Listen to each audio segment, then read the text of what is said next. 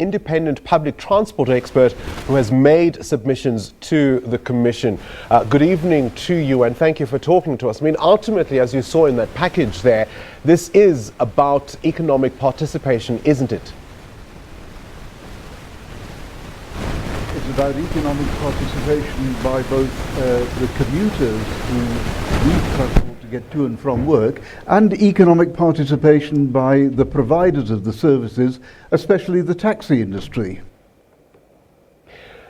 Well, you say that, and of course the terms of reference have identified the centrality of public transport in providing meaningful mobility. When we say phrases like that, what exactly do we mean? What is meaningful mobility?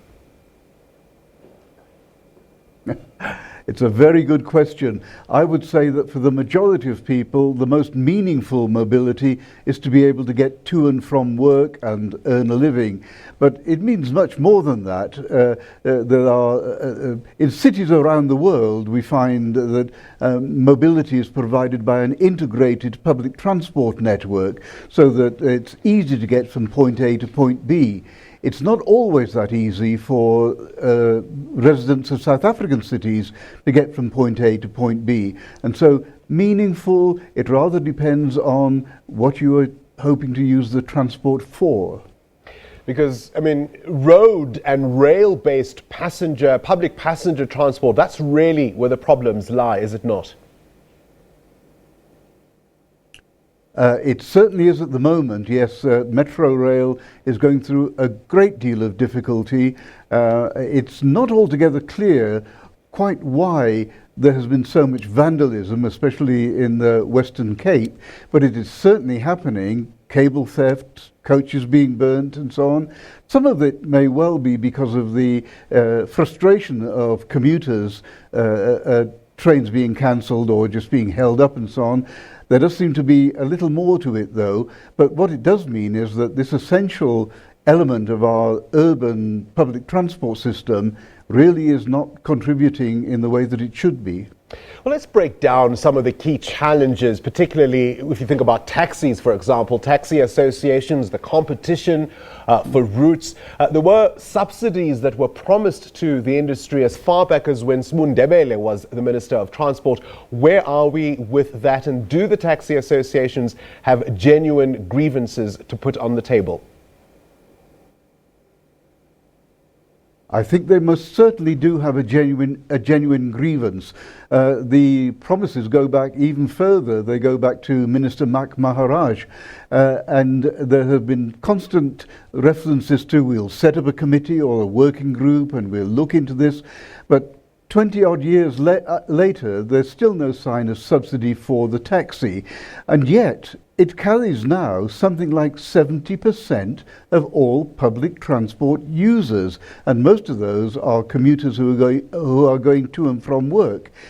It can't be right, it can't be justified that commuter bus operations and metro rail get very large amounts of subsidy and the taxi gets nothing, or more precisely, the taxi commuter doesn't benefit.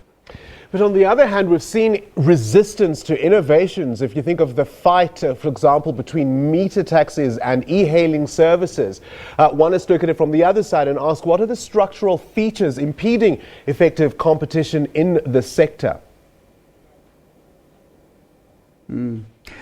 The biggest structural feature is, in fact, the National Land Transport Act. Whatever its merits, and they are many, it is intended to ensure that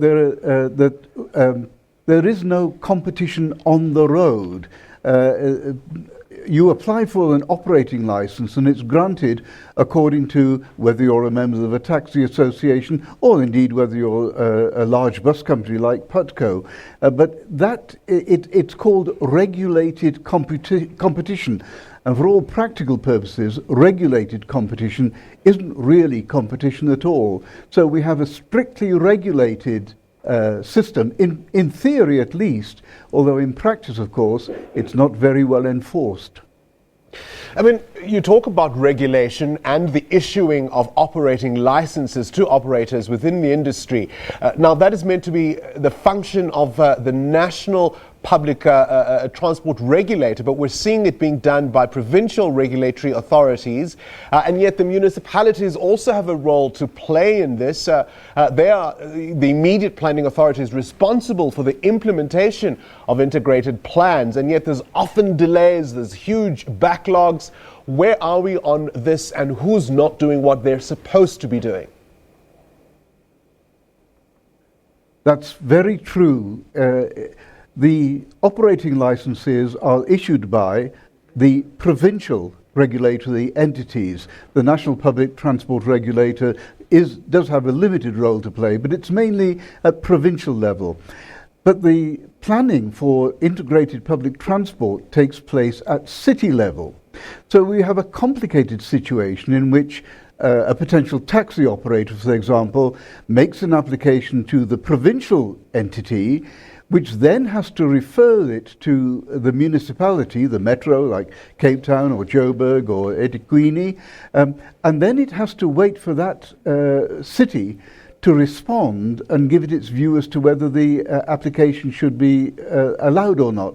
Now, if we take all those things together, it really is a cumbersome system, and it leads to huge delays, and it leads to illegal operations by people who feel, I can't wait any longer, I must get on with earning some money. Just as we wrap up this conversation, of course, 70%, I think was your stat, 70% of passengers in South Africa now dependent on the taxi industry. But is there political will to deal with some of the problems we've seen arise out of that sector, including, of course, violence?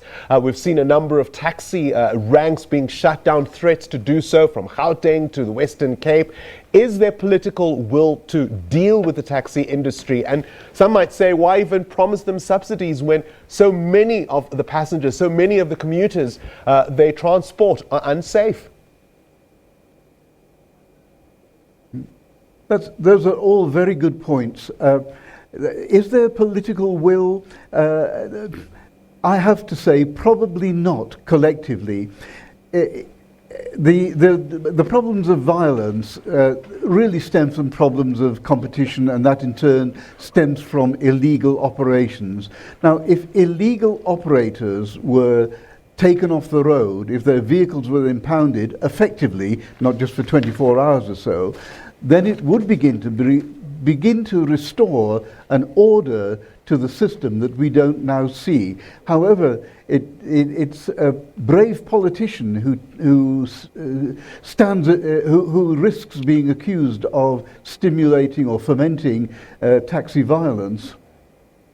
Right, we'll have to leave it there with Paul Browning, an independent public transport expert, talking to us from our Pretoria studio.